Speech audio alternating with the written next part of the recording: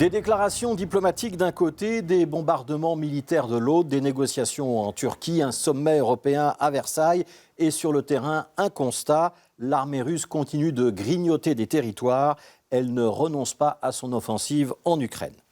L'une des images de la journée, ce sera probablement celle de ces frappes russes qui se poursuivent, et en particulier celle qui a touché un établissement pour personnes handicapées à Kharkiv, la deuxième ville du pays, dans l'est de l'Ukraine. J'emploie le conditionnel qui aurait frappé un établissement pour handicapés parce que l'information a été donnée par les Ukrainiens. Elle n'a pas été vérifiée de sources indépendantes. Il n'y aurait pas eu de victimes, mais 48 heures après le bombardement d'un hôpital pédiatrique à Mariupol, c'est une nouvelle alerte qui doit faire craindre le pire pour la population ukrainienne. Les infrastructures civiles ne sont en rien épargnées par les bombardements. C'est dans ce contexte qu'intervient cet après-midi une déclaration qui se voudrait apaisante de la part de Vladimir Poutine, qui indique donc qu'il enregistre des avancées positives dans les discussions avec l'Ukraine. Alors, quelles avancées précisément ?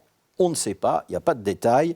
Et le problème, c'est que ces déclarations de Vladimir Poutine se sont révélées tellement éloignées de ses prises de décision ces dernières semaines qu'il est désormais très difficile de lui faire confiance. C'est d'autant plus vrai que les bombardements se poursuivent et qu'on a eu aussi aujourd'hui la confirmation que la société russe Wagner était bien en train de recruter des volontaires syriens pour aller se battre en Ukraine. Alors il est difficile de croire qu'on négocie vraiment quand on recrute des mercenaires, surtout quand ceux-ci ont la réputation de ne pas vraiment faire dans la dentelle. C'est dans ce contexte que les 27 chefs d'État et de gouvernement européens ont donc décidé de nouvelles mesures de rétorsion aujourd'hui à Versailles. Parmi celles-ci, il y aurait notamment l'augmentation de l'enveloppe budgétaire allouée à l'Ukraine pour lui permettre d'acheter des armes et des munitions. Et c'est tout le paradoxe de la position européenne, ne pas intervenir pour ne pas donner l'impression que nous sommes nous-mêmes en guerre contre la Russie et s'exposer à des frappes en retour, mais malgré tout aider les Ukrainiens à résister pour qu'ils puissent s'opposer à l'avancée russe. Ce château de Versailles, c'est l'endroit où on avait négocié le traité qui mettait fin à la Première Guerre mondiale, traité signé en 1919. Un traité qui retirait certains territoires à l'Allemagne vaincue et lui imposait de payer de lourdes réparations financières aux vainqueurs.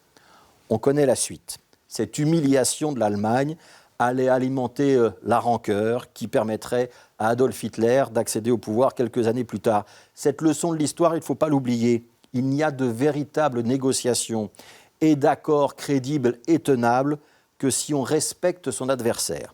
Et ça, pour l'instant, entre ces trois acteurs que sont la Russie de Vladimir Poutine, l'Ukraine et l'Union européenne, on en est pour l'instant assez loin.